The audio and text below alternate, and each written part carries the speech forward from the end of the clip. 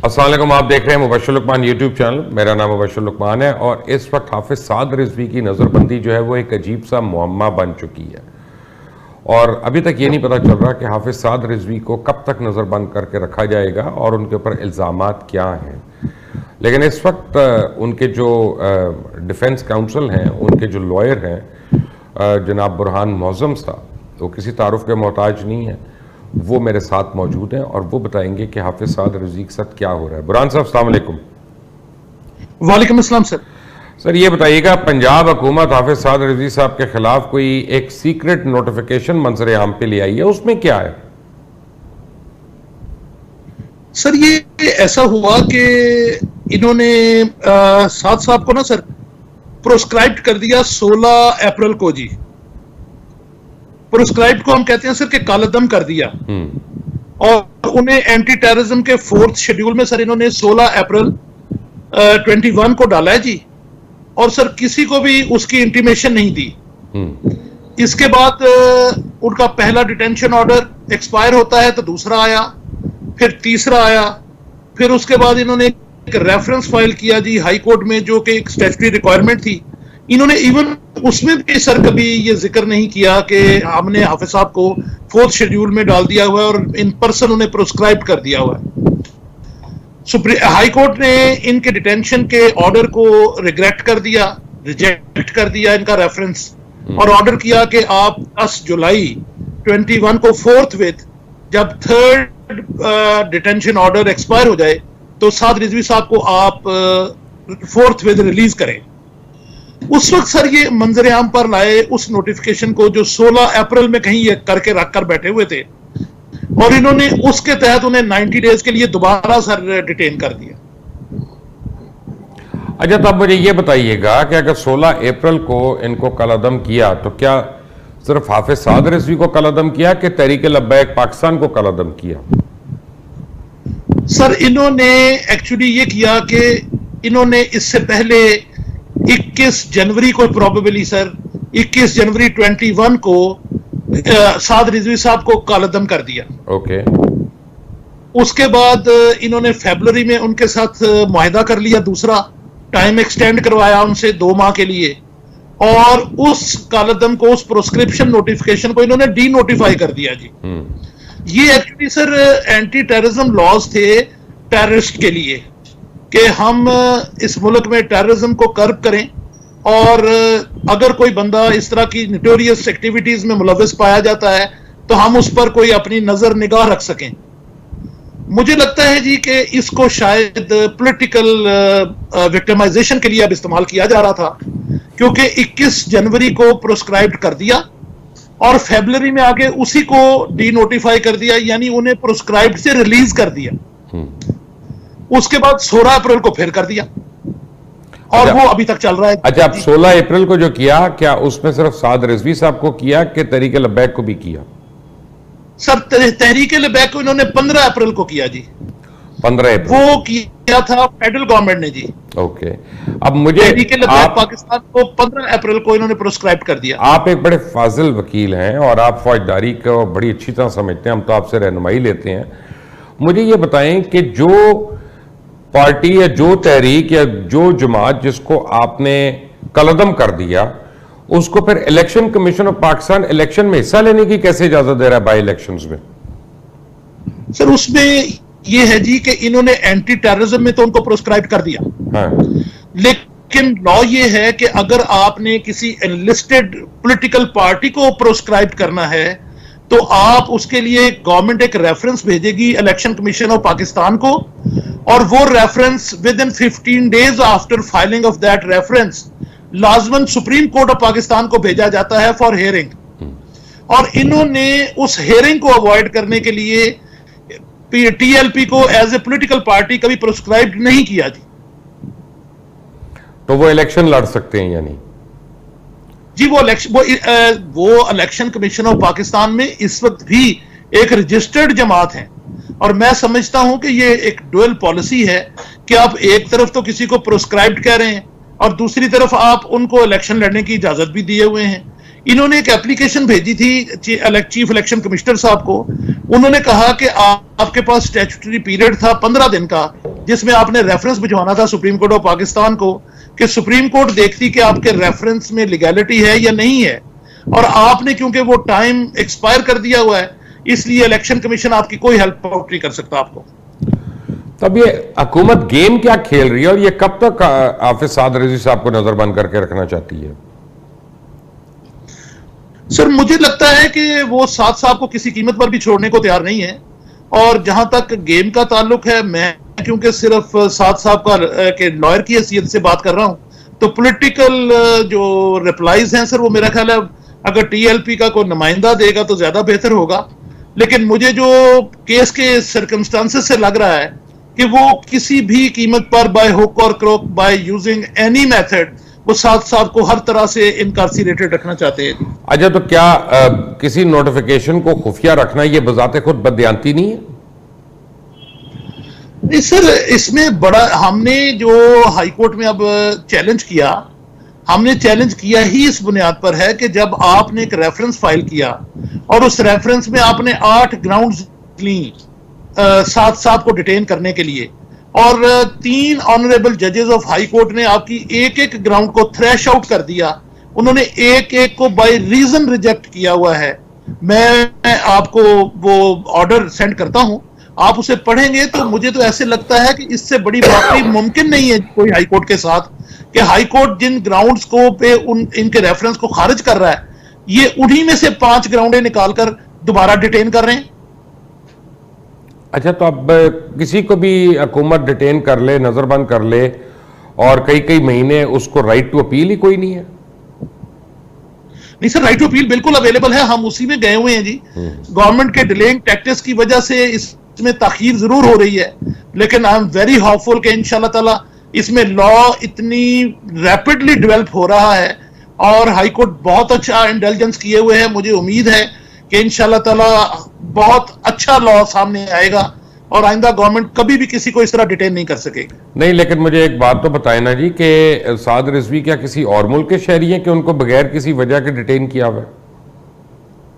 Sir, साद रिजवी साहब को इन्होंने डिटेन कर दिया 12 अप्रैल 2021 को जी। 12 अप्रैल 21 के बाद इन्होंने सिर्फ लाहौर शहर में उनकी डिटेंशन के बावजूद उनके खिलाफ एंटी टेररिज्म लॉज के तहत 24 FIR लॉन्च की सर, और ये तकरीबन 1200 FIR हैं जो थ्रू आउट पंजाब TLP के वर्कर्स के खिलाफ लॉन्च हुई। सर, ये मुझे 1200 FIR का जरा मोहम्मद समझाइए क्या? सर, इन्होंने 12 अप्रैल को साद साहब को डिटेन कर दिया। इन्होंने अपना जो एग्रीमेंट था उस जो गवर्नमेंट ऑफ पाकिस्तान के साथ हुआ था, जिसकी endorsement prime minister of Pakistan साहब ने की हुई थी, उसको ब्रेक कर दिया। उसके अगेंस्ट जब लोगों ने प्रोटेस्ट किया है तो इन्होंने सर TLP के वर्कर्स के अगेंस्ट पूरे पंजाब में 1200 FIRs दी सर। 26 उनके वर्कर्स जो हैं वो शहीद हो गए।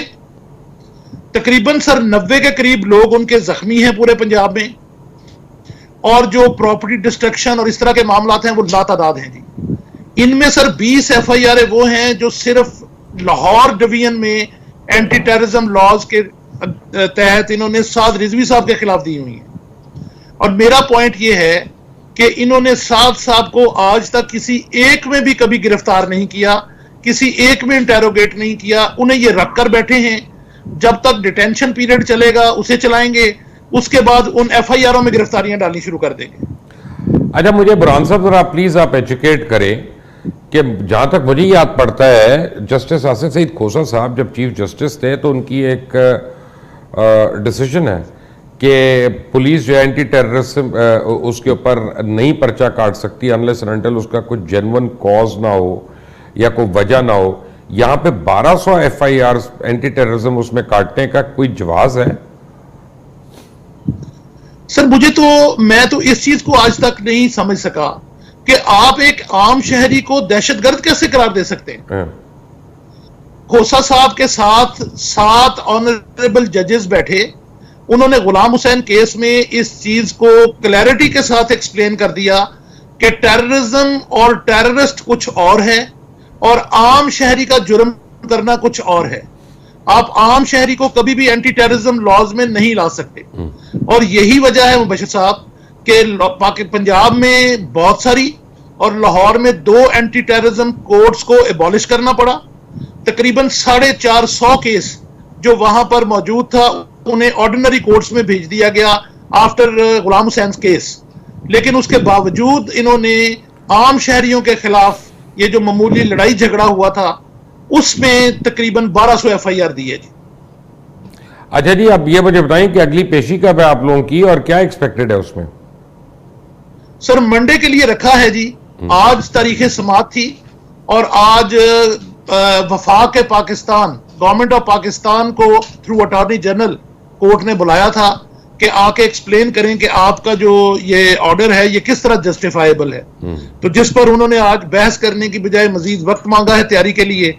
कोर्ट ने कोशिश की कि ये केस कल के लिए चला जाए, लेकिन उन्होंने वक्त की किल्लत का तकाजा करते हुए कहा कि हमें पीर तक मोहलत दी जाए और अब पीर को इसकी दोबारा समात है मंडे को। सर अच्छा बुरहान साहब, मैं ज़रा कुछ ज़ाती बात करने लगा हूँ, आप प्लीज़ बुरा ना मनाइएगा मेरी बात का। मैं नाजरीन को भी एक बात बता दूँ कि जब ये मुजाहरे हो रहे थे और हुकूमत जो है वो डेस्परेटली TLP वालों से मुज़ाकरात कर रही थी, तो जहाँ तक मेरी इन्फॉर्मेशन है, मेरी इत्तला है, हो सकता है सही हो सकता है गलत हो, लेकिन हुकूमत वाला कोई इसको नेगेट कर सकता है, और मेरी इत्तला काफ़ी पक्की है कि हुकूमत ने उनको रिहाई का वादा किया था और कहा था कि हम आपके ऊपर केसेस ख़त्म कर देते हैं। तो साद रिजवी साहब ने कहा कि मैं इस तरह से केस नहीं ख़त्म करवाना चाहता, मैं अदालत के थ्रू बाइज़्ज़त तौर पे बरी होऊंगा।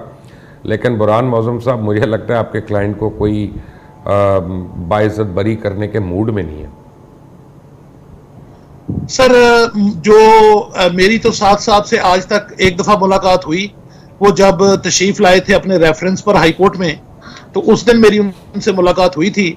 और जो बात सर मुझे उन्होंने उस दिन बताई वो ये थी कि गवर्नमेंट ने उन्हें ये ऑफर दी थी कि आप ये सारा कुछ खत्म करें और हम आपको रिलीज करते हैं। जिस पर उन्होंने ये कहा था कि मैं आपके इस तरह के वादे लेकर आपसे रिलीज होने को बिल्कुल तैयार नहीं हूं। मैं प्रोसेस ऑफ लॉ को फेस करूंगा और मैं कोर्ट के जरिए रहा हूंगा, मैं जब भी हूंगा। आप मुझे इस तरह की कंसेशन देने की बजाय अपना वादा पूरा करें और नमूसे रिसालत सल्लल्लाहु अलैहि वसल्लम के सिलसिले में जिस बिल को आपने पार्लियामेंट में पेश करने का वादा किया है उसे जाकर 20 अप्रैल को वहां पे जमा करवाएं। अच्छा मुझे 2 बातें बता दें कि 2 दफा हुकूमत का तहरीरी मुआहिदा होता है तहरीक लब्बैक पाकिस्तान से। दोनों बारी हुकूमत अपने वादे से इनहराफ करती है और बैकआउट करती है, तो इससे साबित होता है कि मौलाना साद रिजवी वो दहशतगर्द है। यही साबित हो रहा है। इसके बारे में मैं सर थोड़ा सा आपसे गुजारिश करूंगा कि पहली दफा जब ये सिट इन होता है इस्लामाबाद में, तो मैंने केस के जो हकायक देखे उसके मुताबिक ये था कि इनकी डिमांड थी कि आप फ्रेंच एम्बेसडर को एज ए प्रोटेस्ट एक्सेल करें, इसको मुल्क बदर करें। गवर्नमेंट ने इनसे राब्ता किया और गवर्नमेंट ने इन्हें कहा कि इस तरह हमारे लिए इंटरनेशनली बहुत सारी प्रॉब्लम्स क्रिएट होंगी, तो आप इसे मोल्ड कर दें अपनी डिमांड को और आप ये करें कि हम एक बिल लेजिस्लेशन के लिए असेंबली में पेश करते हैं और अगर ये असेंबली ने मंजूर कर लिया तो हम आपका मुतालबा मान लेंगे, और अगर असेंबली ने मंजूर ना किया तो फिर हम इस पे मजबूर होंगे। इस पर TLP एग्री की, मुल्की मुफाद में एग्री की, और TLP ने कहा कि जी हमें ये बात भी मंजूर है कि हम ये सारे अपना एहतजाज और अपना मुतालबा हम इस मुल्क के लेजिस्लेटर्स के सामने रख देते हैं, देखते हैं कि वो क्या फैसला करते हैं। इस पे सर मुआहदे के मुताबिक इन्होंने बिल पेश करना था जो 2-3 माह का टाइम लिखा है उस मुआहदे में। ये नवंबर 2020 में हुआ था, ये नहीं कर सके। इसके बाद इन्होंने दोबारा से उनसे टाइम मांगा और वो टाइम फरवरी में चला गया 20 अप्रैल तक जी। 20 अप्रैल तक का दूसरे मुआहदे में टाइम लिखा हुआ है। पहले मुआहदे को सर इंडोर्स किया है इजाज शाह साहब एज इंटीरियर मिनिस्टर और Pir Noorul Haq Qadri as minister for religion, और दूसरे को किया है शेख रशीद साहब ने एज इंटीरियर मिनिस्टर और Pir Noorul Haq Qadri as minister for religion ने। और दूसरे मुतालबे में ये शर्त रखी गई थी कि हम इस एग्रीमेंट को तब मानेंगे अगर honourable prime minister of Pakistan इसकी इंडोर्समेंट करते हैं। तो वो सर मुझे मेरे क्लाइंट्स ने एक वीडियो क्लिप भी दिया है और उसका ट्रांसक्रिप्ट भी दिया है, जिसमें honourable prime minister of Pakistan ने टीवी पर आकर, मीडिया पर आकर इस मुआहिदे की इंडोर्समेंट की हुई है जी। उसमें उनकी वीडियो मौजूद है और उसका लिंक भी मौजूद है। इसके बाद इन्होंने एक तरफ ये सारी कार्रवाई शुरू कर दी, टीएलपी को प्रोस्क्राइब कर दिया, फसाद रिजवी साहब को प्रोस्क्राइब कर दिया, और दूसरी तरफ 20 अप्रैल को इन्होंने सर असेंबली में वो बिल भी पेश कर दिया जो अभी तक टेबल नहीं हुआ। अगर टीएलपी आज ये कह दे कि हम तहरीक इंसाफ में शमूलियत अख्तियार करते हैं तो केसेस तो खत्म हो जाएंगे ना बुरहान साहब सारे? सर बिल्कुल खत्म हो जाएंगे, मेरा ख्याल है ओवरनाइट खत्म हो जाएंगे जी। यही जुल्म है इस मुल्क में। बट बुरहान मौज़ूम साहब, आपका बहुत बहुत शुक्रिया हमें ज्वाइन करने के लिए। हाफिज साद रिजवी साहब को कई महीने से नज़रबंद किया हुआ है, कैद किया हुआ है और उनकी सुनवाई नहीं हो रही है। अल्लाह ताला उनकी मुश्किलें आसान करे और इस पर मुझे अपनी राय ज़रूर दीजिएगा। अंटिल द नेक्स्ट टाइम, अल्लाह हाफ़िज़।